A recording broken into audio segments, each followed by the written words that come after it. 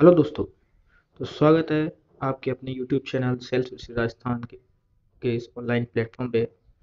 तो आज हम देखने वाले हैं टीचिंग एप्टीट्यूड, शिक्षण अभिरुचि के कुछ प्रश्न, जिनसे हम देखेंगे कि जो हमने पिछली क्लास में किया था आप उससे कितना समझ पाए हैं।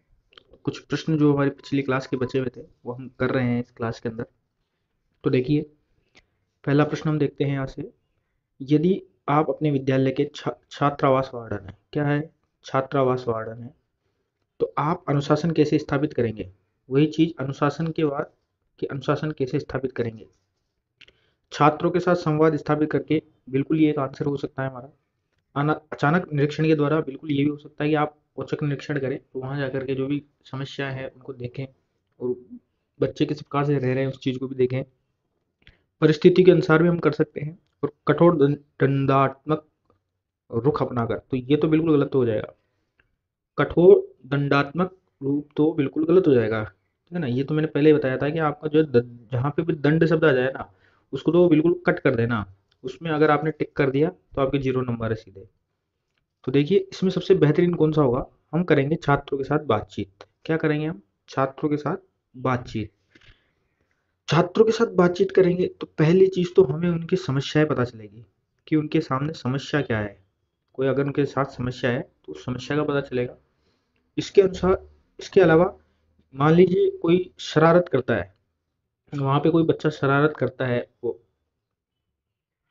तो इसके अंदर छात्रावास में अगर वो शरारत कर रहा है तो क्या करेंगे? हम बातचीत के द्वारा उसकी समस्या का पता लगाएंगे कि क्या हो रहा है, क्या चल रहा है। उसके द्वारा इन समस्याओं को हल कर सकते हैं। यानी कि अगर छात्रों के साथ हम संवाद स्थापित करते हैं तो कहीं ना कहीं हम हर पहलू को देख पाएंगे, हर परेशानी को समझ करके उसको हल कर पाएंगे। अगला प्रश्न देखिए। प्राचार्य तथा अन्य शिक्षकों के मध्य संबंध होते हैं, उस पर विद्यालय का संपूर्ण वातावरण निर्भर करता है। देखिए, प्राचार्य का मतलब जो प्रिंसिपल बोल दीजिए, हेड मास्टर बोल दीजिए, जो भी आपका वहाँ का हेड है वो है। और एक अन्य शिक्षक है, जो अन्य शिक्षक इस स्कूल में पढ़ा रहे हैं। उनके मध्य जो संबंध हो रहे हैं उसका किसके विद्यालय का संपूर्ण वातावरण क्या उन पर निर्भर करता है? देखिए, ये बिल्कुल सत्य चीज है कि विद्यालय का जो वातावरण है वो कहीं ना कहीं प्राचार्य और अन्य शिक्षकों के जो बीच में संबंध है उसके ऊपर निर्भर करेगा। यदि इनके बीच में संबंध सही नहीं है, संबंध सही नहीं है, तो कहीं ना कहीं उसका इफेक्ट कहाँ पे पड़ेगा? एक तो पड़ेगा छात्रों की पढ़ाई पे पड़ेगा, ठीक है। दूसरा पड़ेगा कि उनका जो व्यवहार है, छात्रों, उनका जो व्यवहार है दोनों का, उसके कारण पढ़ाई के असर किस पे पड़ेगा? जो छात्र है, छात्र के व्यवहार पर असर पड़ेगा उसका। छात्र भी उनके समान आपस के अंदर अपने संबंध स्थापित कर लेंगे। जिस प्रकार से मान लीजिए उनके संबंध में किसी तरीके को लेकर मन मुटाव है, आपस में बातचीत नहीं करते हैं, सही तरीके से बिहेव नहीं करते हैं, तो उसका कहीं ना कहीं प्रभाव किस पे पड़ेगा? छात्रों के व्यवहार पर पड़ेगा। और छात्र, अगर मान लीजिए किसी दो छात्रों के बीच में कुछ लड़ाई हुई है तो वो बातचीत बंद कर देंगे। इस तरीके से उनका प्रभाव भी वहां पे देखने को मिलेगा। तो बिल्कुल ये सदैव पड़ने वाला है। इनके मध्य में जो भी संबंध होंगे, जिस तरह के संबंध होंगे, उसका प्रभाव हमेशा किस पे पड़ने वाला है? विद्यालय के संपूर्ण वातावरण पर। तो इससे क्या होता है कि विद्यालय का जितना भी वातावरण है, विद्यालय का जो भी वातावरण है, वहां पे जो भी क्रियाकलाप होंगे उनका उसके ऊपर इन दोनों के जो संबंध है उसका कहीं ना कहीं पे प्रभाव पड़ने वाला है। अगला देखिए। अपने पड़ोसियों से संबंध तोड़कर ही सुखी जीवन व्यक्त किया जा सकता है, तो ये सबसे गलत फहमी है, ठीक है ना। कहते हैं कि पड़ोसी से बेहतर रिश्तेदार आपका कोई नहीं होगा, ठीक है। मान लीजिए आपके साथ कोई भी समस्या होती है, कोई भी इमरजेंसी आती है, तो सीधी सी बात है, सबसे पहले आपका पड़ोसी ही आपके वहाँ आपकी जो समस्या है उसको हल करने के लिए आगे आएगा। कोई लड़ाई हो, कोई झगड़ा हो, किसी आर्थिक संकट में हो आप, या किसी तरीके के इमोशनल संकट में हो, या जैसे किसी की मृत्यु वगैरह हो जाती है, तो उस समय सबसे पहले कौन आने वाला है? आपके पड़ोसी। तो पड़ोसी से संबंध तोड़ करके जीवन में सुखी रहा जा सकता है, ये बिल्कुल सत्य नहीं है। बिल्कुल नहीं, बिल्कुल नहीं। यानी बिल्कुल नहीं का मतलब है 1% भी आप सुखी नहीं रह सकते अगर पड़ोसी के साथ आप लड़ाई है तो, ठीक है ना। चलिए आगे देखिए। कक्षा में अच्छे वातावरण के लिए क्या आवश्यक है? देखिए, कक्षा में क्या है, अच्छा वातावरण चाहिए, उसके लिए क्या चाहिए? छात्र शांति से बैठे रहे, बिल्कुल सही है, छात्र शांति से रहने चाहिए। उनमें आपस में ऐसे नहीं है शोर शराबा हो रहा है बहुत ज्यादा, ठीक है। छात्रों का मनोरंजन होता रहे, बिल्कुल छात्रों का बीच बीच में क्या होता रहे, मनोरंजन होता रहे, उससे उनका मन बहलता रहेगा और वो पढ़ाई में भी रुचि रखेंगे। छात्र शिक्षक से भयभीत रहे, तो भय भय का तो वातावरण होना ही नहीं चाहिए कक्षा में। भय दंड ये तो खत्म है, ठीक है ना, तो ये तो बिल्कुल काट ही दो इसको, तो ये तो होना ही नहीं चाहिए। अध्यापक एवं छात्रों के मध्य सौहार्दपूर्ण संबंध हो, तो सबसे इम्पोर्टेंट है ये। अध्यापक और छात्र के मध्य कैसा हो, सौहार्दपूर्ण। सौहार्दपूर्ण को अपन सीधी सी भाषा में कैसे कहें? मित्रवत व्यवहार हो, एक तरह से मित्र की भांति रहे। छात्र है वो अपनी समस्या अध्यापक को बताए और अध्यापक उस समस्या को हल करके इनको बताए। किसी भी प्रकार की जिज्ञासा है छात्र की, तो उसको वो अध्यापक सुने और उसको हल करे। जिज्ञासा है उसको दूर करे, समस्या है समस्या को दूर करे। कब दूर करेंगे? जब आपके बीच में कैसा हो, सौहार्दपूर्ण संबंध हो। और अगर आपकी जिज्ञासा नहीं है, आपकी जिज्ञासा शांत हो चुकी है, आपके पास कोई समस्या नहीं है, तो सीधी सी बात है, छात्र कैसे बैठे रहेंगे? शांति रखेंगे क्लास में। अगर उनको समझ में आ रहा है, उनको पढ़ाया हुआ क्या हो रहा है, समझ में आ रहा है, तो क्या रहेंगे छात्र? शांत बैठे रहेंगे। इसके अलावा छात्रों का मनोरंजन, अगर आपका व्यवहार है वो सौहार्दपूर्ण है, कैसा है, सौहार्दपूर्ण है, मित्रवत व्यवहार है, तो सीधी सी बात है, मनोरंजन आप अपने आप करोगे। ठीक है ना, आपको कहने की जरूरत नहीं पड़ेगी। आप कभी बीच में चुटकुले भी सुना सकते हो, चुटकुले सुना दिए आपने, ठीक है। इसके अलावा कोई अन्य बात है आपके जीवन से संबंधित, कोई सी हास्यास्पद बात है, वो आप बता सकते हो। इसके अलावा छात्रों के साथ आप बातचीत कर सकते हो। छात्रों के साथ क्या कर सकते हो आप? बातचीत कर सकते हो। तो इन चीजों से क्या होता है, कहीं ना कहीं जो कक्षा का वातावरण है वो सही बना रहेगा, बच्चे का ध्यान किस में रहेगा? पढ़ने में मन लगा रहेगा। ठीक है, तो सबसे बेहतरीन क्या हो जाएगा कि छात्र अध्यापक एवं छात्र के मध्य कैसा संबंध हो? सौहार्दपूर्ण हो। अच्छा, आप अगला देखिए, आप एक अध्यापक है, क्या है, आप एक अध्यापक है। आपकी सहयोगी अध्यापिका के साथ आपका व्यवहार के साथ, सहयोगी अध्यापिका के साथ आपका व्यवहार कैसे होगा? देखिए, इसमें मेल या फीमेल, यहाँ भी तो मेल फीमेल दिया हुआ है। फीमेल ही नहीं, मेल के साथ भी हमारा संबंध कैसा रहना चाहिए? सामान्य होना चाहिए। ठीक है, किसी के साथ हमें कठोर संबंध नहीं रखना है, किसी के साथ विशेष संबंध, ये नहीं किसी स्पेशल, जैसे 5 टीचर है, 5 में से कोई 2 टीचर आपस में बढ़िया कांटेक्ट में है, बढ़िया बहुत जम रही है, तो वो भी नहीं होना चाहिए। अन्य के साथ भी वैसा ही। इसके अलावा अनिश्चित नहीं होना चाहिए, किसी प्रकार की अनिश्चितता नहीं होनी चाहिए उसके अंदर। सबसे बेहतरीन है कि सामान्य होना चाहिए। देखिए, किसी के साथ आपका विशेष संबंध है, मान लीजिए किसी के साथ आपका कोई 2 टीचर है, उनका आपस में विशेष संबंध है। विशेष संबंध से मतलब थोड़ा स्नेह ज्यादा है, मान लीजिए कोई भी है उनके मध्य स्नेह ज्यादा है, वो आपस में उनके जो पारिवारिक संबंध भी है एक तरह से, मान लीजिए पारिवारिक संबंध मान लिया हमने। इसके अलावा मान लीजिए आपके घर पे चाय पानी के लिए भी आ जाते हैं, चाय पानी। मान लीजिए आपकी फैमिली है, वो भी आपसे आपस में मिली जुली है फैमिली। तो वो सब कहाँ होना चाहिए? वो सब होना चाहिए विद्यालय के बाहर। कहाँ होना चाहिए? विद्यालय के बाहर। उसका कहीं पर भी प्रभाव कहाँ नहीं पड़ना चाहिए? विद्यालय में उसका प्रभाव नहीं दिखना चाहिए। क्या? विद्यालय पर प्रभाव नहीं होना चाहिए बिल्कुल भी उस चीज का, कि आपका विशेष संबंध है तो उसका विद्यालय पर प्रभाव नहीं होना चाहिए। ये सब कहाँ होना चाहिए? विद्यालय के बाहर। आप उसके साथ अलग से रिलेशन रख सकते हैं जिस भी तरीके से आप, जैसे आपका फैमिली रिलेशन है, आप बातचीत कर रहे हैं अच्छे से, घर आते जाते हैं एक दूसरे के। इसके अलावा कोई भी है, तो कोई भी हो, मेल हो या फीमेल, सबके साथ हमारे इस विद्यालय में कैसे संबंध होने चाहिए? सामान्य होने चाहिए। विद्यालय के बाहर आप जैसे भी रहना चाहो, मान लीजिए आप दो दो टीचर है, 2 अध्यापक है, वो आपस में रिश्तेदार निकल गए मान लीजिए, तो कहीं ना कहीं उस रिश्तेदारी को आपको विद्यालय के वातावरण में नहीं निभाना है, उस रिश्तेदारी को आप घर पे रखिए आपके, ठीक है ना। वो घर तक सीमित रहनी चाहिए, विद्यालय पर उसका प्रभाव नहीं होना चाहिए। चलिए आगे देखिए, देश की उन्नति तभी संभव है जब प्रत्येक नागरिक जाति धर्म क्षेत्र एवं भाषा की संकीर्णता से दूर होकर कार्य करे। देखिए, देश कैसा है हमारा? देश है अनेकता में एकता वाला हमारा देश, अनेकता में एकता वाला देश है हमारा। ठीक है, यहाँ पे अलग अलग जाति धर्म लोग भाषा सब लोग रहते हैं, लेकिन वो रहते कैसे हैं? एक साथ मिलजुल कर रहते हैं। वही चीज होनी चाहिए कि अगर हम एकता, कहते हैं ना संगठन में शक्ति है, तो वो संगठन बना के रखेंगे, यानी एकता रहेगी हमारे अंदर, तो कहीं ना कहीं क्या होगा? देश जो है, देश अप होगा। देश कैसा होगा? देश अप होगा, ऊपर जाएगा, कभी भी नीचे नहीं आएगा वो। ठीक है ना। तो ये तो सीधी सी बात है, हमें समझना चाहिए, नॉर्मल सी बात है, दैनिक जीवन में भी देखते हैं कि अगर हम मिलजुल कर रहते हैं और कोई काम को संगठन बना कर करते हैं, कैसे संगठन के आधार पर, जैसे 5 आदमी 4 आदमी मिलकर के किसी काम को करेंगे तो सीधी सी बात है उस काम को आसानी से कर पाएंगे। तो इससे हम क्या हो जाएंगे, पूर्णतः सहमत होंगे। चलिए आगे देखिए, प्रश्न नंबर 32, संप्रेषण कौशल अर्जित किया जा सकता है। ठीक है, संप्रेषण कौशल का मतलब है बातचीत, एक सीधी सी भाषा में कहे कि बातचीत।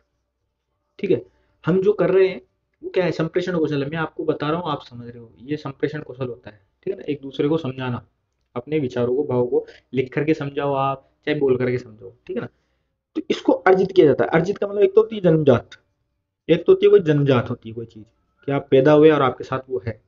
एक होती है अर्जित, अर्जित का मतलब है आप उसको अब ग्रहण करोगे। क्या, अब ग्रहण करोगे आप, पहले आपके पास नहीं थी, अब उसको आप सीख रहे हैं। तो अर्जित का मतलब कैसे हो जाएगा, देखिए जैसे अभी मैंने कुछ समय पहले टाइपिंग सीखी थी, क्या सीखी थी मैंने, टाइपिंग सीखी थी।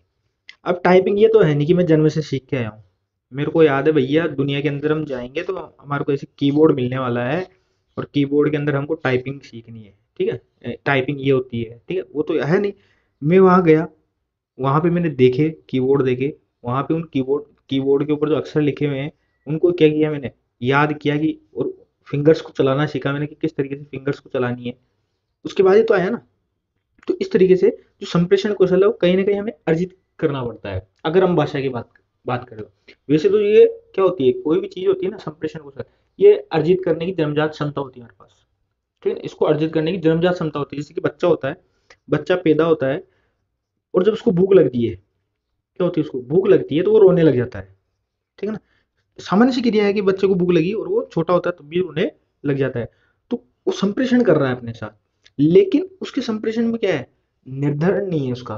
ठीक है ना, वो हो सकता है मान लो उसको कोई दर्द हो, दर्द होने पर भी वो रोएगा, उसको भूख लगेगी तो भी वो रोएगा, उसको कोई और परेशानी होगी, तकलीफ होगी, मान लीजिए गीला हो रहा है कहीं पे और वो उसको, या कपड़े उसके अनईजी हो रहे हैं, मतलब ऐसे चुभ रहे हैं कहीं पे, तो भी वो रोएगा। यानी उसका केवल दो ही तरीके है उस समय, वो या तो रोएगा, या तो रोना या हंसना। उसके बाद दो ही तरीके से संप्रेषण करने का साधन है, इसके अलावा कुछ नहीं है। जब वो बड़ा होगा तो सीधी सी बात है वो भाषा सीखेगा। वो पहले माँ बोलना सीखेगा, फिर पा करेगा, पा करेगा, चा करेगा, माँ करेगा। ठीक है ना, इस तरीके से वो धीरे धीरे क्या करेगा, संप्रेषण कौशल अर्जित कर रहा है। क्या कर रहा है, धीरे धीरे संप्रेषण को अर्जित कर रहा है। तो ये क्या पूछ रहा है इसमें कि संप्रेषण कौशल अर्जित किया जाता है, तो ये कथन कैसा है, ये बिल्कुल सत्य है। संप्रेषण कौशल कोई भी अर्जित कर सकता है। जैसे मैं हूँ, मैं किसी चीज को आपको समझा रहा हूँ तो ये संप्रेषण है, ये मैंने अर्जित किया है। ये नहीं है कि मैं पैदा होते ही कि भैया ये समझाने लग जाएगा चीज, नहीं। ये चीज हमने विषय विषय को अभी कल हमने देखा था, जब पिछली क्लास थी उसमें बताया था कि आपको विषय का ज्ञान होना चाहिए। कोई भी अध्यापक है उसको विषय का ज्ञान होना चाहिए, विषय का ज्ञान है तो किसी विषय का ज्ञान है, उसके बाद वो अगर किसी को समझा पाता है ढंग से, समझाना सबसे इंपॉर्टेंट होता है पढ़ाने के अंदर, समझाना। अगर आप आपके विषय जानते हैं, मान लीजिए आपको कोई भी मैथमेटिक्स ले लिया, साइंस ले लिया, इंग्लिश ले लिया, हिंदी ले ली, एसएसटी ले ली, कुछ भी चीज है आपको उसका ज्ञान है। ठीक है, और आप सामने वाले को उस चीज को समझा पा रहे हो ना, तो आप एक अध्यापक हो। क्या हो, आप एक अध्यापक। और अगर इस चीज को समझा नहीं पा रहे तो आप कितना भी ज्ञान ले लो, आप पीएचडी कर लो, तो भी आप अध्यापक नहीं बन पाओगे। ठीक है ना, तो क्या होना चाहिए, ज्ञान के साथ क्या होना चाहिए, हमें समझाने का जो संप्रेषण कौशल है ना, ये अच्छा होना चाहिए हमारा, सामने वाले के साथ हम अच्छे से बातचीत कर पाए और उसे अपनी बात को अच्छे से समझा पाए, ये सबसे इंपॉर्टेंट होता है। चलिए आगे देखिए, जटिल वाक्य तथा नकारात्मक भाषा विचार संप्रेषण को कैसा बना देते हैं। देखिए, जटिल भाषा का मतलब हो जाएगा ऐसी कॉम्प्लिकेटेड आप वर्ड्स यूज कर रहे हो, ऐसे जबरदस्त आपने वर्ड्स यूज कर लिए कि सामने वाले को समझ में नहीं आ रहे, उसके ऊपर से जा रहे हैं। या इसको एक स्वदेशी भाषा में कहे कि आप है, आपको आती है हिंदी भाषा और आपके आगे आगे कोई चीनी भाषा बोलने लग जाए, ठीक है, क्या आप उसको समझ पाओगे क्या। एक तरह से क्या होगी, वो जटिल वाक्य हो गया आपके लिए, ठीक है ना, क्या समझ पाओगे, आपके पास जानकारी नहीं उस भाषा की। या हिंदी भाषा में वो ऐसे शब्दों का प्रयोग कर ले कि आपने जिनको कभी सुना ही नहीं हो, क्या ऐसे शब्दों का प्रयोग कर दे जिनको आपने कभी सुना नहीं अपनी लाइफ में, कभी यूज नहीं किया। ठीक है, या बड़े बड़े वाक्य लिख दे वो, ये हम लिखते हैं कि राम जा रहा है, ऐसे छोटा सा वाक्य है और उसको घुमा फिरा के उसको उसी वाक्य को 2 लाइन में लिख दे। ठीक है ना, तो इससे क्या होगा, भाषा जो संप्रेषण है विचार संप्रेषण जो हम बात को बताना चाह रहे हैं वो कैसी हो जाएगी, बहुत बड़ी हो जाएगी, समस्या पैदा हो जाएगी, हम समझ ही नहीं पाएंगे। नकारात्मक भाषा का मतलब है नेगेटिविटी दे दें हम किसी को, अरे यार तू तो गधा है, तू तो पढ़ ही नहीं सकता है, अरे यार तेरे तो नंबर ही नहीं आते, तो कुछ नहीं कर सकता तेरी जिंदगी, तो ये नकारात्मकता हो जाती है। इस तरीके के नकारात्मक विचार संप्रेषण क्या करते हैं, ये हमें ये क्या करते हैं, चीज को अप्रभावी कर देते हैं। क्या कर देते हैं, हम जो बात कहना चाह रहे हैं, जो हम देखिए, इसको हम ऐसे समझ सकते हैं, मान लीजिए किसी के परीक्षा है उसमें अंक कम आए, हमने विचार लगाया कि इसको थोड़ा ताना मार देते हैं। क्या मार देते हैं हम इसको, ताना मार देते हैं कि यार तू कुछ नहीं कर सकता तेरी जिंदगी में, तू ये कर सकता है, तू लेकिन कुछ नहीं कर पाता तू, है ना, तू तेरी जिंदगी में ऐसे ही मर जाएगा तू। ठीक है, ये हमने मान लीजिए किसी को कह दिया। कुछ होंगे जो उसको पॉजिटिव ले जाएंगे और उसको करके दिखा देंगे और वो आपको ऊपर ले जाएंगे, कुछ होंगे जो इसको क्या ले लेंगे, नेगेटिव में ले लेंगे और अपने आप को कहाँ ले जाएंगे, नीचे ले जाएंगे। और ठीक है, ये सबसे इंपॉर्टेंट है। तो प्रभावी कब होगा, जब आपकी भाषा कैसी हो, सकारात्मक हो। अगर आप किसी को नकारात्मक की जगह सकारात्मक बोलेंगे तो निश्चित रूप से वो प्रभावी हो जाएगा, लेकिन जैसे नकारात्मक होगा तो वो अप्रभावी हो जाएगा। आप उसको कोई चीज समझाना भी चाहेंगे ना तो वो समझने का प्रयास ही नहीं करेगा। चलिए आगे देखिए, एक शिक्षक के लिए अध्यापन कार्य जितना महत्वपूर्ण है, छात्रों के लिए पूछे गए प्रश्नों का उत्तर देना भी उतना ही महत्वपूर्ण है। आप इस कथन से कहां तक सहमत है। देखिए, इसमें मैं बताना चाह रहा हूं कि एक जो छात्र होता है ना, छात्र के अंदर जिस अध्यापक ने जिज्ञासा की प्रवृत्ति डाल दी, कौन सी प्रवृत्ति, जिज्ञासा की, यानी वो हर जगह क्या कर रहा है, प्रश्न पूछ रहा है। हर चीज में, हर चीज में क्या करने लग गया, प्रश्न पूछने लग गया। वो तो हर चीज में कोई भी ऐसी ऐसा पॉइंट नहीं छोड़ा जहाँ पे वो प्रश्न नहीं पूछता। उसको कुछ भी पढ़ाने लगो, ब्लड पढ़ा रहे हो, ब्लड से संबंधित कि ये ब्लड लाल क्यों होता है, ये ब्लड, इसका ब्लड उसके क्यों नहीं चढ़ा रहे हैं, जानवरों का ब्लड अलग क्यों है, इस तरीके कुछ भी प्रश्न हो, कुछ भी उसके दिमाग में आ रहा हो, ये पत्थर गोल कैसे है, ठीक है, ये बिल्डिंग ऐसे ऊंची कैसे चढ़ती जा रही है, कैसे बढ़ा रहे हैं, इसमें लोहे का क्या काम है, ठीक है ना, इस तरीके के कुछ भी प्रश्न है, कोयला काला ही क्यों है। तो देखिए, इन प्रश्नों का उत्तर, अगर इस तरीके के प्रश्न अगर बच्चा पूछ रहा है, यानी उसमें जिज्ञासा जागृत हो गई है, जिज्ञासा, जिज्ञासु हो गया, वो उसको जानने की इच्छा रहती है हमेशा। ये सबसे बेहतरीन गुण होता है एक अध्यापक का, कि वो किसी छात्र के अंदर जिज्ञासा यानी जानने की इच्छा को पैदा कर दे, उसके अंदर हर चीज को लेकर के जिज्ञासा हो कि ये कैसे हो रहा है, ये कैसे हो रहा है, तो वो सबसे बेहतरीन होता है। अब इस प्रकार के प्रश्न आपके सामने तो आ गए, लेकिन अगर उनका उत्तर भी आप देते हैं तो ये कितना महत्वपूर्ण है, ये पूछ रहा है कि आप उनका उत्तर दे रहे हैं। मान लीजिए ऊट पटांग प्रश्न पूछ रहा है, वो तो ये पूछ लिया ये कोयला है, कोयला है, ये काला क्यों है, काला, इसके काले होने का कारण बताओ मेरे को। तो अब भले ही आपको उसका उत्तर आता हो, नहीं आता हो, ठीक है, लेकिन आपको क्या करना चाहिए, उसका उत्तर देना चाहिए। आपको आता है तो आप डायरेक्ट उसका उत्तर दे देंगे, ठीक, आपको नहीं आता है तो आप उसको कहिए कि सॉरी मुझे इस ध्यान नहीं है अभी, मैं क्या करूंगा, एक पुस्तक पुस्तक के अंदर देख करके या किसी से बातचीत करके और आपको इसके बारे में जानकारी दूंगा। उसको मना नहीं करना है कि डांटना नहीं है, उसको झड़पना नहीं है, उसको पीटना नहीं है, उसको मना नहीं करना है कि पूछे मत, ऐसे बकवास सवाल पूछता है, नहीं। आपका काम है वो किसी भी तरीके के प्रश्न पूछे, ठीक है, उसका क्या कर देना है, आपको उत्तर देना है, ये सबसे इंपॉर्टेंट है। ठीक है, तो अध्यापन कार्य के लिए जितना महत्वपूर्ण क्या है, एक शिक्षक के लिए अध्यापन कार्य जितना महत्वपूर्ण है उतना ही क्या महत्वपूर्ण है, पूछे गए प्रश्नों का उत्तर देना।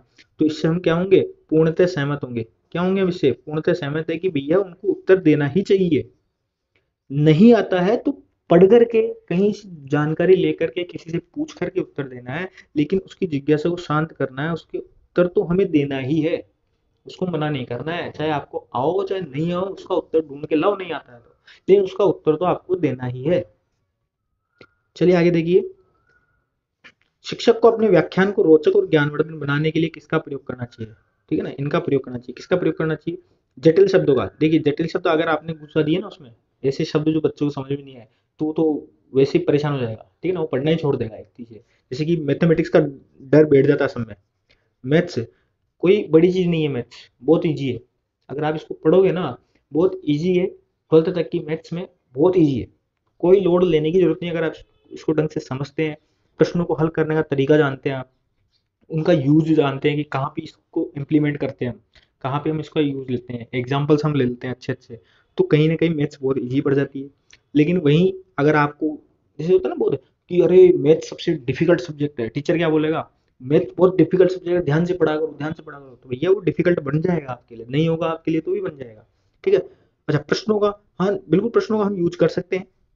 किसका? प्रश्नों का हम यूज कर सकते हैं। चुटकुलों का बिल्कुल, चुटकुले बीच बीच में आप सुना सकते हैं, रोचक और ज्ञानवर्धन बनाने के लिए। रोचक तो बन जाएंगे लेकिन ज्ञानवर्धन चुटकुलों से इतना होने वाला नहीं है। सबसे बेहतरीन है उदाहरण देना। सबसे बेहतरीन क्या है? उदाहरण। आप बच्चों को कोई भी चीज कराएं, जैसे कि मान लीजिए हम एग्जांपल ले लेते हैं कि बच्चों को हमने रुपए पैसे का ज्ञान कराना है। किसका? रुपए पैसे का ज्ञान कराना है। ठीक है। अब हमने क्या किया, बच्चे को अपने जीवन का उदाहरण लेने के लिए कहा। कैसे कि आप चॉकलेट लेने गए, वहां पे आपने 5 रुपए दिए, आपको 2 रुपए वापस मिल गए।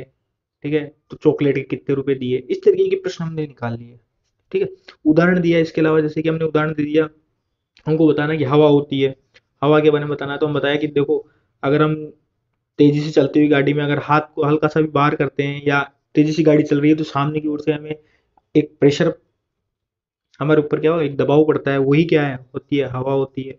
गुब्बारे के अंदर हम उसका एग्जांपल लेके बताएंगे कि गुब्बारा होता है, गुब्बारा कैसे फूलता है, कि हवा से फूलता है। अच्छा, उसको वेट का बताना है कि हवा में वेट होता है, तो क्या करेंगे हम, एक खाली गुब्बारा, मान लीजिए ये गुब्बारा ले लिया, एक गुब्बारा, इसका वेट किया पहले, फिर उसको, खाली गुब्बारे का वेट लिया, उसके बाद उसको फुला करके उसका वेट किया, तो निश्चित रूप से उसके अंदर थोड़ा सा 1-2 ग्राम का डिफरेंस आएगा, जिससे हम बता सकते हैं कि देखो, हवा के अंदर क्या है, वेट है। इस तरीके से हम उदाहरण लेकर के, और बिल्कुल ये रोचक भी रहेंगे, उनको इंटरेस्ट भी आएगा कि यार हमारे जीवन से संबंधित है ये। ठीक है ना, उनसे जीवन से संबंधित अगर हम उदाहरण अच्छे से देंगे, तो कहीं ना कहीं वो उनके लिए बहुत फायदेमंद होगा, वो रोचक भी होगा, उनको इंटरेस्ट भी आएगा, उनका ज्ञान भी बढ़ेगा। चलिए आगे देखिए। प्राथमिक कक्षाओं में प्राय संप्रेषण होना चाहिए। संप्रेषण, संप्रेषण वाली बातचीत कैसी होनी चाहिए? ठीक है। विदेशी भाषा में तो हम जाएंगे ही नहीं, विदेशी भाषा में तो होनी नहीं चाहिए। प्राथमिक भाषा की बात, प्राथमिक कक्षा की बात कर रहे हैं आप। प्राथमिक कक्षा में पहली से पांचवी तक की, पहली से पांचवी तक की कक्षा में विदेशी भाषा का तो यूज करना ही नहीं है हमारे को। ठीक है। राष्ट्रभाषा का हम कर सकते हैं, अंग्रेजी का भी कर लेते हैं, अंग्रेजी का भी इतना नहीं करना चाहिए, क्योंकि अंग्रेजी भी एक तरह से विदेशी भाषा है, सबको नहीं आती है। ठीक है। राष्ट्रभाषा का हम कर सकते हैं इसमें, और सबसे इंपॉर्टेंट हो जाएगी मातृभाषा, यानी उसकी जो भाषा है। जैसे मान लीजिए मैं राजस्थान से हूँ, तो मैं मारवाड़ी भाषा का प्रयोग कर सकता हूँ बच्चों को समझाने के लिए। क्या कोई शब्द है, उनको हम ले लेंगे जो मारवाड़ी भाषा से संबंधित हो, उनको उसी भाषा में समझाने का प्रयास करेंगे, तो ये एक बहुत जो है अच्छा कार्य, हमारे जो पढ़ाई है, संप्रेषण है, उसके अंदर कहीं ना कहीं अच्छा प्रभाव डालेगा। इसके बाद देखिए, एक शिक्षक को अपने सार्थक संप्रेषण में आत्मसंतोष प्राप्त होता है। क्या आप इस कथन से सहमत है? क्या कह रहा है कि एक शिक्षक को अपने सार्थक संप्रेषण में, सार्थक संप्रेषण में आत्मसंतोष की प्राप्ति होती है। क्या आप इससे सहमत है? सार्थक संप्रेषण का मतलब है कि सामने वाले को आपकी बात समझ में आ गई। सार्थक का मतलब है हाँ भाई, जो काम जिस पर्पज से किया हमने, जो हमारा उद्देश्य था वो हमें प्राप्त हो गया, तो इसका मतलब है कि वो हमारा संप्रेषण क्या हो गया, सफल हो गया। अब इससे आत्मसंतोष प्राप्त होता है। ठीक है। तो इस कथन से कितना सहमत है? देखिए, मैं पढ़ा रहा हूँ, किसी को मैं पढ़ा रहा हूँ, मान लीजिए एक बच्चा है, इसको मैं क्लास में पढ़ा रहा हूँ। ठीक है। अब दो बच्चे हैं, एक ये है और एक और है। ठीक है। जैसे ही मैंने पढ़ाया और मैं कक्षा पूरी हुई, कोई टॉपिक है उसको पढ़ाया, एक बच्चा थोड़ा सा स्माइल कर रहा है और एक बच्चा थोड़ा सा उदास है। जो स्माइल कर रहा है उसके समझ में आ गई, तो मुझे अच्छा फील होगा कि यार हाँ यार, मैंने जो समझाया सामने वाले को समझ में आ गई। वहीं दूसरा बच्चा होगा, वो उदास बैठा है, थोड़ा सा ऐसे मुंह लटका के बैठा है, अजीब सा फेस बनाया हुआ है, तो सीधी सी बात है, उसका मेरे ऊपर प्रभाव पड़ेगा कि यार कहीं कमी रह गई, वो समझाना चाहिए, है ना, आपको संतोष नहीं मिलेगा। सपोज दैट मैं आपको यहाँ पे पढ़ा रहा हूँ, अगर आपको समझ में आता है, तो उसका प्रभाव किस पे पड़ेगा? मुझे पड़ेगा कि यार मैं जो पढ़ा रहा हूँ बिल्कुल सही तरीके से पढ़ा रहा हूँ, मैं जो समझा रहा हूँ सामने वाले की समझ में आ रहा है। ठीक है। तो इससे क्या होगा, जो सार्थक संप्रेषण होगा उससे क्या होगी, मुझे आनंद की अनुभूति होगी, संतोष प्राप्त होगा कि हाँ मैं कुछ अच्छा कर रहा हूँ, सामने वाले के लिए कार्य कर रहा है, लाभ मिल रहा है सामने वाले को। ठीक है ना। तो इससे क्या होगा, इस कथन से हम क्या होंगे, बिल्कुल सहमत होंगे कि इससे क्या होता है, आत्मसंतोष प्राप्त होता है। ठीक है। आगे देखिए, संप्रेषण कला में सभी में दक्षता समान रूप से पाई जाती है। अच्छा, संप्रेषण जो कला है उसमें क्या होती है, सभी में दक्षता समान रूप से पाई जाती है। संप्रेषण कला का मतलब यहाँ पे क्या है, वही चीज की सामने वाले को समझाना, एक तरह से अपनी भावों विचारों को सामने वाले को समझा देना। इसमें सभी की दक्षता समान पाई जाती है, ये बिल्कुल गलत है। ठीक है ना, बिल्कुल गलत है। कैसे? आपने अभी तक का जितना जो जीवन दिया है, उसके अंदर कई आपके शिक्षक आए होंगे। कितने? कई शिक्षक आए होंगे, जिसमें से आपके कुछ ना कोई फेवरेट रहा होगा, 5 स्टार टीचर रहा होगा कोई ना कोई। ठीक है। कारण क्या है, उनका पढ़ाया हुआ आपको समझ में आया, उन्होंने जितना भी संप्रेषण किया आपके साथ, जितना भी संप्रेषण किया, वो आपके क्या हुआ, माइंड में भर गया। तू कह रहा है आपके लिए अच्छे, अगर अच्छा कोई टीचर है, वो अच्छा नहीं पढ़ा पाया, समझ में नहीं आई, वो अपनी बात को आपको समझा नहीं पाया, तो क्या आप उससे उतना महत्व देंगे जितना आप उस पहले वाले अध्यापक को दे रहे हैं, जिसकी आपकी समझ में आ रही है? नहीं देंगे, आप उसको महत्व नहीं देंगे। ठीक है ना। भले ही आप उनका आदर कर लो, लेकिन महत्व नहीं देंगे, कि यार उनको ऐसे लगेगा आपको कि यार ये बोरिंग क्लास आ गई यार, कुछ समझ में नहीं आता मेरे को। ठीक। तो संप्रेषण कला में क्या होता है, सभी समान रूप से दक्ष नहीं है। जो चीज मैं आपको अच्छे से समझा पा रहा हूँ, हो सकता है दूसरा उस चीज को नहीं समझा पा रहा हूँ, और जो दूसरा उस चीज को समझा पा रहा है बहुत बेहतर तरीके, हो सकता है मैं आपको उस तरीके से नहीं समझा पा रहा। ठीक है। तो कहीं ना कहीं इसका प्रभाव देखने को मिलता है, और दक्षता समान रूप से पाई जाती है, बिल्कुल नहीं पाई जाती है। सभी में दक्षता अलग अलग होती है। ठीक है। आप किसी इंजीनियर स्टूडेंट को उठा के कह दो कि भैया तू पढ़ा ले, वो नहीं पढ़ा पाएगा। किसी डॉक्टर को उठा के कह दो कि भैया ये पंखा खराब हो गया, हमारा पंखा सही कर दे, वो नहीं कर पाएगा उस चीज को, क्योंकि उसमें दक्ष नहीं है। जिस प्रकार से वो अपने कार्य में दक्ष नहीं है, उस तरीके से सब अपनी बात कहने में दक्ष नहीं होते। कोई इस बात को कह पाता है, कोई नहीं कह पाता है, उस चीज को कोई अच्छे से समझा पाता है, कोई नहीं समझा पाता है। कोई अच्छे से उदाहरण दे पाता है, उदाहरण दे करके आपको समझा देगा, कोई नहीं दे पाता है, कोई उसको प्रैक्टिकल करके बताने का प्रयास करेगा। तो सबका अपना अपना तरीका होता है। तो संप्रेषण कला में सभी में दक्षता समान रूप से नहीं पाई जाती है। शैक्षिक प्रौद्योगिकी में शिक्षक की सहायता करती है। अच्छा, शैक्षिक प्रौद्योगिकी जो है, उसमें शिक्षक की सहायता कौन करता है? कालांश पूरा कालांश पूरा करने में, काम बढ़ाने में, मनोरंजन करने में, और शिक्षण प्रभावी बनाने में। शैक्षिक प्रौद्योगिकी का मतलब है शिक्षण के अंदर आप बहुत सी नई नई टेक्नोलॉजी वगैरह का यूज कर रहे हो, कोई नई नई चीजों को यूज कर रहे हो। जैसे कि सपोज दैट कि हम कंप्यूटर का यूज कर रहे हैं, हम डिजिटल बोर्ड का यूज करते हैं हम। अभी आप मोबाइल के थ्रू पढ़ रहे हो, तो ये मोबाइल है। तो इनकी सहायता से क्या होता है, इनकी सहायता से होता क्या है? इनकी सहायता से होता कुछ नहीं है। कालांश पूरा करना होता है नहीं, काम बढ़ाने में नहीं होता है, मनोरंजन करने में नहीं होता है। इसका मुख्य उद्देश्य होता है शिक्षण को प्रभावी बनाने में। जो चीज आपको समझ में नहीं आ रही है, उसको और अच्छे तरीके से समझाना शैक्षिक प्रौद्योगिकी का उद्देश्य होता है। कोई भी नई चीज, जैसे मान लीजिए कंप्यूटर के माध्यम से हम 3D, आजकल 3D का जमाना आ गया, 3D के अंदर कोई चीजें देख सकते हैं। कोई चीज हमारे को समझ में नहीं आ रही, तो उसको कोई शेप वगैरह है, या कोई 3D की चीज मॉडल्स वगैरह देखने, हमको 3D में हम उसको देख सकते हैं। तो उसका कहीं ना कहीं किसमें क्या काम होता है, शिक्षक की सहायता क्या किसमें सहायता करेगा? शिक्षण को प्रभावी बनाने में उसकी सहायता कर देगा। चल देखिए अगला, संप्रेषण कला में दक्षता की सर्वाधिक आवश्यकता किसको है? संप्रेषण कला यानी बातचीत को प्रभावी बनाने की सबसे ज्यादा जरूरत किसको है? तो सीधी सी बात है, ये जरूरत किसको होने वाली है? जो उस चीज है, जो संप्रेषण कौशल जिसको ज्यादा जरूरत होती है। ठीक है ना, किसको? जिसको ज्यादा जरूरत होती है, संप्रेषण करने की सबसे ज्यादा आवश्यकता होती है शिक्षक को। ठीक है ना। शिक्षक क्या करता है, संप्रेषण करेगा सबसे ज्यादा। किसान संप्रेषण करेगा नहीं करेगा।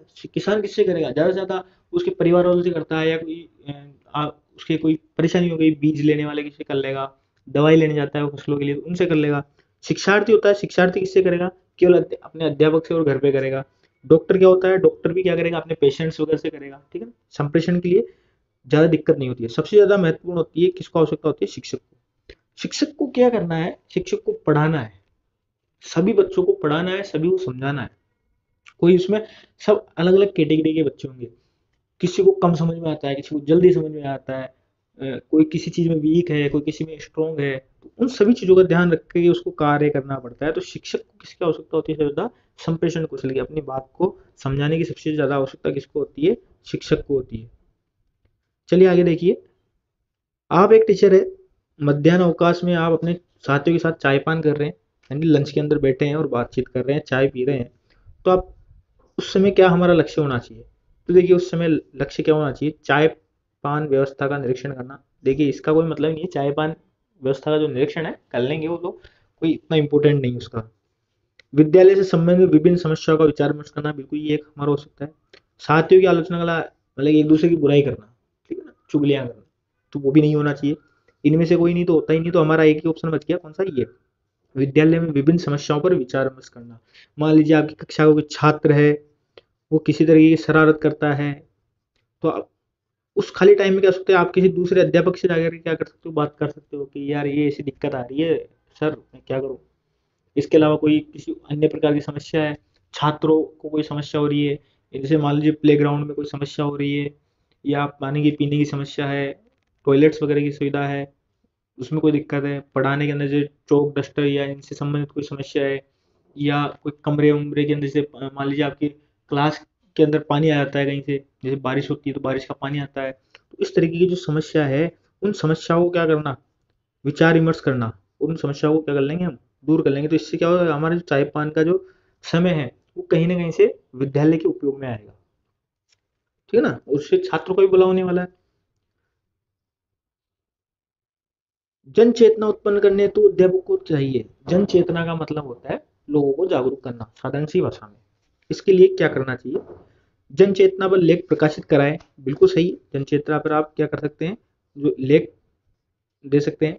जन चेतना पर अनेक व्याख्यान दे सकते हैं, बिल्कुल व्याख्यान भी हम दे सकते हैं। सामाजिक कार्यों में सक्रिय रहे, बिल्कुल सामाजिक कार्यों में सक्रिय रह सकते हैं हम। जनमानस से बिल्कुल दूर रहे, तो ये तो कट ही गया। बचे हमारे ये तीन ऑप्शन, देखिए जनमानस से यानी कि बिल्कुल अकेले रहना, तो वो तो गलत हो गया। अकेले रहने से जनचेतना उत्पन्न नहीं होगी, ठीक है ना। अब हमें जनचेतना उत्पन्न करनी है, तो ये तीन हमारे पास सबसे बेस्ट ऑप्शन है। अब इसमें सबसे बेस्ट ऑप्शन कौन सा होगा, जिसमें हम एक्टिव हो, क्या हो, एक्टिव हो जिसके अंदर, वो हमारा सबसे बेस्ट ऑप्शन होगा। तो एक्टिव किसमें है, सामाजिक कार्य में रहे, ठीक है, सामाजिक कार्य करें, बच्चों को भी इसके बारे में बताएं, ठीक है। इस प्रकार के कार्य से क्या होगा, बच्चों के अंदर भी जो जन चेतना है उत्पन्न होगी, वो भी उस चीज के बारे में जागरूक होंगे। आपको देख करके कोई अन्य भी होगा। सामाजिक कार्य में कोई आप बाहर जाते हैं किसी कैंपेन में सहायता वगैरह करने के लिए, इस तरीके से जाते हैं, तो आप कहीं ना कहीं आपको देख करके दूसरे लोग भी प्रेरित होंगे और वो उस कार्य को करने लगेंगे। मताधिकार की आयु कम हो जाने से शिक्षार्थियों में चेतना, देखिए पहले मताधिकार की आयु थी 21 वर्ष, उसको कर दी गई है अभी 18 वर्ष है, ठीक है। इससे क्या हुआ, देखो शिक्षार्थियों में चेतना, जो चेतना उनको 21 साल की आयु में आनी चाहिए थी, जिस चीज के बारे में वो 21 साल की आयु में जान रहे थे, अब वो कहाँ पे जान रहे हैं, वो 18 साल के अंदर ही जान रहे हैं। तो इससे क्या होगी, चेतना का मतलब जागरूकता बड़ी घटी, क्या हुआ उसके अंदर, तो सीधी सी बात है वो बढ़ जाएगी। जिस चीज को आप 18 वर्ष की 21 वर्ष की उम्र में समझ रहे थे, उसको अब आप क्या कर रहे हो, 3 साल पहले ही करने का प्रयास कर रहे हो, उसके अंदर और अच्छी जन चेतना पैदा होगी। जब वो 21 साल को जाएगा तो सीधी सी बात है वो बहुत ज्यादा आगे हो जाएगा, 3 साल आगे चल जाएगा वो, ठीक है ना। चलिए आगे देखिए, यदि आप तो कोई त्रुटि करते हैं, तो आप मान लीजिए गलती होती है, हम भी पढ़ा रहे हैं, पढ़ाते टाइम गलती हो गई या किसी और तरीके से गलती हो गई, चलते समय किसी से टक्कर खा गए, इस तरीके की कोई भी समस्या हो जाती है, कोई भी गलती हो जाती है, तो हम क्या करेंगे, दोबारा उस त्रुटि को नहीं करेंगे, बिल्कुल त्रुटि को नहीं करेंगे, हम दोहराएंगे नहीं, ठीक है। उसकी परवाह नहीं करेंगे, देखो परवाह तो करनी पड़ेगी, ठीक है ना, उसके ऊपर विचार विमर्श करना तो पड़ेगा कि यार ये कहाँ पे मिस्टेक रही, ठीक है। तो उसकी परवाह का मतलब इग्नोर कर देना उस चीज को, तो वो तो होगा नहीं। अन्य लोगों के दबाव में त्रुटि स्वीकार कर लेना, त्रुटि तो स्वीकार कर लेंगे, तो अपने आप ही स्वीकार कर लो, या तो उसको दबाव में आके क्यों करना, ठीक है। सबसे बेस्ट क्या हो जाएगा, अपने त्रुटि स्वीकार कर क्षमा मांग लेंगे, ठीक है ना, त्रुटि दोबारा नहीं करेंगे, ये सही है, लेकिन सबसे बेस्ट कौन सा हो जाएगा हमारे, चौथा, कि अपने त्रुटि को पहले हम स्वीकार करेंगे और उससे क्या कर लेंगे, हम क्षमा मांग लेंगे। मान लीजिए बोलते समय कुछ गलत निकल गया, कोई चीज बतानी थी हमको, जैसे कि सपोज डेट कि मुझे बताना थी कि भारत जो आजाद हुआ वो हुआ 15 अगस्त 1947 को आजाद हुआ, ठीक है, क्या हुआ, 15 अगस्त 1947 को आजाद हुआ। अब यह जल्दी थी, माइंड कहीं और था, या कुछ हो गया, और मैंने गलती से क्या बोल दिया, मैंने गलती से बोल दिया है कि भारत है जो 15 अगस्त 1950 को आजाद हुआ हमारे, ठीक है ना, गलती से मैंने ये बोल दिया, 1950 बोल दिया, ठीक। मुझे पता चला कि मैंने गलती कर दी है, मैंने गलत बोल दिया है, गलत मैंने पढ़ा दिया है, क्या करना चाहिए, उस त्रुटि के लिए हमें क्या करना चाहिए, सॉरी, क्या करना है, क्या कहना है, सॉरी। उसके बाद उसको क्या कर देना है, उसको सही कर देना है कि ये गलती हो गई थी, हमने 1950 बोल दिया, 1947 हमारा उत्तर सही है। ठीक है, देखो आपकी इसमें कोई नाक नहीं कटने वाली, हमें क्या करना है, अपनी त्रुटि को स्वीकार करना है और क्षमा मांग लेनी है, दैट्स इट। अगला देखिए, परिवार समाज तथा राष्ट्र के संपूर्ण विकास के लिए क्या करना चाहिए, परिवार समाज और राष्ट्र, ठीक है ना, तीनों चीजें हमारे पास, परिवार है, समाज है और राष्ट्र है, परिवार है, समाज है और राष्ट्र है, तीन ही चीजें हैं हमारे पास। ठीक है, इनके विकास के लिए हम क्या करेंगे, छात्राओं की शिक्षा अधिक आवश्यक है, इस इन तीनों के विकास के लिए छात्रों की शिक्षा अधिक आवश्यक है। ठीक है, बिल्कुल मान लिया कि छात्रों की शिक्षा आवश्यक है, छात्रों की शिक्षा अधिक आवश्यक है, ये भी मान लिया कि छात्रों की भी शिक्षा आवश्यक है। लेकिन ये क्या कह रहा है, यहाँ देखना इसको, छात्रों की शिक्षा आवश्यक है, कि छात्रों की शिक्षा आवश्यक है, छात्र तो कोई दिक्कत नहीं, पढ़े तो पढ़े, नहीं पढ़े तो नहीं पढ़े। सेम दूसरे ऑप्शन में क्या किया इसने, कि छात्रों की शिक्षा अधिक आवश्यक है, छात्र पढ़े या नहीं पढ़े कोई दिक्कत नहीं है। ठीक, किसी को शिक्षा की आवश्यकता नहीं है, तो ये तो गलत हो गई, ये तो पढ़ने के लिए मना कर दिया कि भैया पढ़ो ही मत, आपकी इच्छा हो तो पढ़ो, नहीं है तो छोड़ो। ठीक है, ये तो गलत हो गया। दोनों की शिक्षा हो सके तो सबसे बेस्ट क्या हुआ, दोनों को, आजकल क्या है ना, सब पढ़े लिखे होने चाहिए, छात्र और छात्रा दोनों की शिक्षा का समान महत्व है, जितना छात्र पढ़ रहे हैं उतना ही छात्रों को पढ़ाना चाहिए। ठीक है ना, तो इसमें क्या है, छात्राओं की या छात्रों की शिक्षा अधिक आवश्यक नहीं है, दोनों की शिक्षा आवश्यक है हमारे लिए, तीनों का, परिवार समाज और राष्ट्र का उत्थान करना है, आगे बढ़ाना है, विकास करना है, तो दोनों की शिक्षा को बराबर महत्व देना चाहिए। चलिए आगे देखिए, आगे है, शिक्षक को अपने शिक्षण कार्य के अलावा विद्यार्थियों के स्वास्थ्य संबंधी भी सजग रहना चाहिए, इस कथन से आप क्या है, शिक्षण कार्य आप करा रहे हैं, ठीक है, इसके अंदर आप सजग है, अच्छे से पढ़ा रहे हैं, इसके अलावा आपको विद्यार्थी के स्वास्थ्य के संबंध में भी जानकारी, जागरूक रहना चाहिए, कि कौन सा, किसी की कोई तबियत खराब नहीं है, किसी को बुखार तो नहीं आ रहा है, किसी के कान में आंख में कोई दिक्कत तो नहीं है, किसी के पेट में दिक्कत तो नहीं है। ठीक है ना, इसके बारे में जानकारी होनी चाहिए, इस कथन से क्या है, बिल्कुल हम पूर्णतः सहमत होंगे, उसका कारण ये है, एक ही लाइन में आपको उत्तर देने का प्रयास करूंगा, उसको अगर आप समझ जाए तो आप अपने आप समझ जाएंगे। स्वस्थ शरीर में, स्वस्थ शरीर में स्वस्थ मस्तिष्क निवास करता है, स्वस्थ मस्तिष्क रहता है। ठीक है, आई होप मैं जो समझाना चाह रहा हूँ समझ गए। अगर उसका शरीर स्वस्थ है, वो मानसिक रूप से उसका, सॉरी, शारीरिक जो स्वास्थ्य है उसका, वो सही है, तो उसका प्रभाव कहाँ पे पड़ने वाला है, कहीं ना कहीं वो प्रभाव उसको कहाँ दिखाई देगा, हमें उसकी मानसिक योग्यता में भी दिखाई देगा। अगर छात्र बीमार है, छात्र क्या है, बीमार है, तो कहीं ना कहीं उसका जो मानसिक स्वास्थ्य है वो भी नीचे हो जाएगा, पढ़ने में उसका मन नहीं लगेगा, दिक्कत आएगी उसको पढ़ने में। ठीक है, तो अगर हमें शिक्षण कार्य को उचित करना है, शिक्षण कार्य के ऊपर ध्यान दे रहे हैं और हमें अच्छे से पढ़ाना है, तो उसके स्वास्थ्य के संबंध में भी हमें क्या रहना चाहिए, सजग रहना चाहिए, और इससे हम पूर्णतः सहमत है, क्या है, हम इससे पूर्णतः सहमत है। चलिए अगला प्रश्न देखिए, लक्ष्य प्रदान संप्रेषण ही सार्थक होता है। ठीक है, लक्ष्य प्रदान का मतलब हमारा एम फिक्स होना चाहिए, एम हमने ले लिया कि भैया ये एम है, इस चीज को पढ़ाने का उद्देश्य ये है, और उसके ऊपर फिर बातचीत करते हैं, तो वही सार्थक है। जैसे कि मान लीजिए हमने एक, रेंडमली हम बात कर रहे हैं, उसका कोई निष्कर्ष नहीं निकल रहा है, ठीक है ना, कुछ भी इधर उधर की गप्पे आ रहे हैं, मान लीजिए कैसे, हमने एक टॉपिक ले लिया, पर्यावरण प्रदूषण हमने टॉपिक ले लिया, ठीक है, अगर हम इसके ऊपर बातचीत करते हैं, तो क्या हमें सार्थक रूप से कुछ प्राप्त होने वाला है, तो सीधी सी बात है, हमें कुछ ना कुछ प्राप्त होगा। ठीक है, इसका मतलब लक्ष्य प्रदान, हमने लक्ष्य निर्धारित कर लिया कि हमें पर्यावरण प्रदूषण पे बात करनी है, संप्रेषण करना है, इसके ऊपर अपने विचार रखने हैं, तो सीधी सी बात है, कुछ ना कुछ निष्कर्ष निकलेगा, कि भैया उससे निष्कर्ष निकले कि हमें गंदगी नहीं फैलानी चाहिए, कचरे को डस्टबिन में डालना चाहिए, प्लास्टिक को कम यूज करना चाहिए, इस तरीके के निष्कर्ष निकल के आएंगे। तो इससे क्या होंगे, हम इस कथन से क्या है, पूर्णतः सहमत है, कि लक्ष्य प्रदान होना चाहिए, कोई एक लक्ष्य होना चाहिए कि किस चीज के लिए हम पढ़ रहे हैं। हम मान लीजिए कोई कक्षा में पढ़ा रहे हैं, तो हमारा उद्देश्य होना चाहिए, जैसे मान लीजिए हमने गणित पढ़ाई, जाकर के गणित पढ़ाई फर्स्ट क्लास के अंदर, हमने उनको सिखाई 1 2 3, हम उनको गिनती सिखा रहे हैं, ठीक है, तो इसका कुछ लक्ष्य तो होगा ना, कि आप जाके इसे बड़बड़ कर रहे हो वहां पे, इसका लक्ष्य क्या है, कि हम उनको अंकों की पहचान कराए, जिसका वो अपने जीवन में उपयोग कर पाए। ठीक है ना, यही हमारा लक्ष्य होगा, और ये लक्ष्य लेकर चलेंगे तभी हम क्या होंगे, सफल होंगे उसके अंदर, सार्थक रहेगा हमारा पढ़ाना। ठीक है ना, तो कहीं ना कहीं क्या हो जाएगा, हम इससे क्या है, पूर्णतः सहमत है कि लक्ष्य प्रदान होना चाहिए। चलिए आगे देखिए, अध्यापक को अपने विद्यार्थियों को समाज में उचित स्थान दिलाने हेतु क्या करना चाहिए? विद्यार्थियों को क्या करना है? समाज में उचित स्थान दिलाना है। हम क्या करेंगे?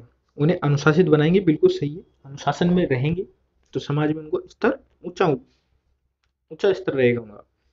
उन्हें सामाजिक दृष्टिकोण का विकास करेंगे, बिल्कुल सामाजिक रूप से उनको परिवर्तित करेंगे, उनको बढ़ाएंगे, हम सामाजिक विकास उनके अंदर कर देंगे। अधिक शिक्षण कराएंगे, बिल्कुल शिक्षण कराएंगे, लेकिन जितना उसकी कैपेसिटी उतना ही कराएंगे। अधिक शिक्षण से तात्पर्य नहीं है हमारे को, ठीक है ना। कोई कक्षा 3 का छात्र है, उसको हम छठी सातवीं आठवीं चीजें समझा रहे हैं तो समझ में नहीं आएगा, चाहे सामाजिक रूप से ही समझा रहे हो उसको, उनके समझ में नहीं आने वाला है। जैसे मान लीजिए पहली क्लास का छात्र है, उसको हम मदर टेरेसा की कहानी सुना रहे हैं, उसको समझ में नहीं आ रहा मदर टेरेसा कौन है, ठीक है। परिवार और समाज की संपूर्ण जानकारी पृष्ठभूमि बताएं। देखिए इसका भी कोई मतलब नहीं है। सबसे महत्वपूर्ण क्या हो जाएगा हमारे, उनमें सामाजिक दृष्टिकोण का विकास। सामाजिक दृष्टिकोण का मतलब हो जाएगा कि समाज के प्रति हमें कैसे सोचना चाहिए, समाज के प्रति हमें कैसे सोचना है, सोच, इसका विकास करना है। हमें क्या करना है? इसका विकास करना है। सामाजिक इस चीज का हम विकास कर देंगे तो उसको क्या होगा? समाज में अपने आप उचित स्थान मिल जाएगा। जिस स्थान के वो लाया गया उसके ऊपर वो पहुंच जाएगा अपने आप, जब उसका विकास हो जाएगा। चलिए आगे देखिए। आपके मतानुसार एक अच्छा शिक्षक माना जाता है, कौन सा होता है एक अच्छा शिक्षक? जो विद्यार्थियों में उच्च आदर्शों का अनुकरण करने की प्रवृत्ति का विकास करे। उच्च आदर्शों का मतलब बहुत अच्छी अच्छी उनको शिक्षाएं दे, अच्छी अच्छी चीजें बताए, और उनका अनुकरण करने के लिए कि तुमको भी ये करना चाहिए। जैसे कि बोले कि हमें सदैव सत्य बोलना चाहिए, तो उसका अनुकरण करने की प्रवृत्ति को विकसित कर दे, यानी वो बच्चे सदैव सत्य बोलने लग जाए, बिल्कुल ये होना चाहिए। आज्ञाकारी बनाना चाहिए, आज्ञाकारी भी होनी चाहिए। जो ट्यूशन के लिए प्रेरित कर सके। कट गया ना ये तो अपने आप ही, समझाने की जरूरत है ही नहीं इसको। छात्रों में स्वतंत्र चिंतन पैदा करने की क्षमता रखता हो, ये सबसे इंपॉर्टेंट हो जाएगा। स्वतंत्र चिंतन का मतलब वो जिस चीज के ऊपर बात करना चाह रहे हैं उस पर स्वतंत्रता पूर्वक अपनी राय रख सके, किसी के दबाव में नहीं है, ठीक है। किसी के दबाव में आकर के ये नहीं कहे कि भैया ये हाँ ठीक है ये तो ये सही कह रहा है यार, ठीक है ना। किसी के दबाव में नहीं आना है, और अपनी बात को स्वयं रख सके।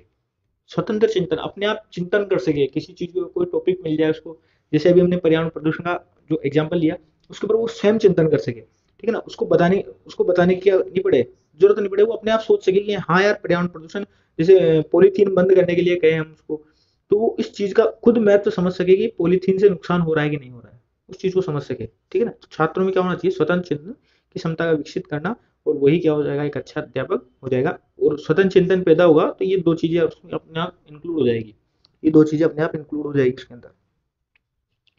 आपके मतानुसार सेवारत शिक्षक प्रशिक्षण कार्यक्रम जो बीएसटीसी करते हैं, बीएसटीसी या पीटीटी भी मान लीजिए, पीटीईटी के अंदर भी वही है, पीटीईटी भी एक इसी कोर्स में है। अभिमुखीकरण का अच्छा उपाय है, यह कथन है, बिल्कुल अभिमुखीकरण का ये अच्छा उपाय है, बिल्कुल सत्य है। किसी भी काम के लिए, जिस चीज के लिए हम भेज रहे हैं, जैसे हम शिक्षक बना रहे हैं, शिक्षक की जो ट्रेनिंग करेंगे आप इसके अंदर बीएसटीसी या पीटीईटी करके, तो उसकी वो आपकी जो स्किल्स वगैरह है वो डेवलप होगी, उसके बारे में अच्छी जानकारी प्राप्त होगी, तो वो सीधी सी बात है वो सही है। तो इस प्रकार से हमने देखा जो भी शिक्षण अभिरुचि थी उसको हमने करने का प्रयास किया है अपने बेहतर स्तर पे। इसको करने का आपको तरीका बताया है कि आपको बेस्ट सोचना है। क्या करना है? बेस्ट सोचना है as a teacher. As a teacher अपने दिमाग को कैसा करना है? एक आदर्श आइडियल टीचर बना देना है अपने आप को, एक आदर्श शिक्षक के रूप में प्रस्तुत करना है कि भैया मैं बिल्कुल सात्विक हूँ, बिल्कुल शुद्ध अध्यापक हूँ, ठीक है ना। यहाँ पे ये नहीं कि आप सोचे कि भैया आपसे कोई पूछ ले कि भैया आप अध्यापक क्यों बनना चाहते हो, ठीक है, तो आप फटाक से बोल दो कि नौकरी मिल जाएगी, नौकरी के लिए बनना चाह रहे हैं हम। नहीं, नौकरी के लिए नहीं बन रहे। हमारा उद्देश्य क्या है? पढ़ाना। क्या है हमारा उद्देश्य? पढ़ाना है हमारा उद्देश्य, तो और कुछ नहीं है, हम इसलिए अध्यापक बनना चाहते हैं। वो होना चाहिए। आपको पैसे मिले या नहीं मिले, पैसे से मतलब ही नहीं होना चाहिए आपको, आपका होना चाहिए उद्देश्य कि पढ़ाना, ठीक है। तो इस प्रकार से जो तरह है हम इन प्रश्नों को हल कर सकते हैं। कोई दिक्कत की बात नहीं है, आराम से ये प्रश्न हल हो जाते हैं, अच्छे नंबर हम इसमें ला सकते हैं। थोड़े से समझने की आवश्यकता है, धैर्य के साथ प्रश्न को पढ़ने की आवश्यकता है। उसके बाद हम जो प्रश्न का सही उत्तर है जिसमें 3 अंक पूरे पूरे मिलने वाले हैं उनको आराम से टिक कर सकते हैं, ठीक है। वीडियो अच्छा लगे तो लाइक शेयर सब्सक्राइब करें। Thank you.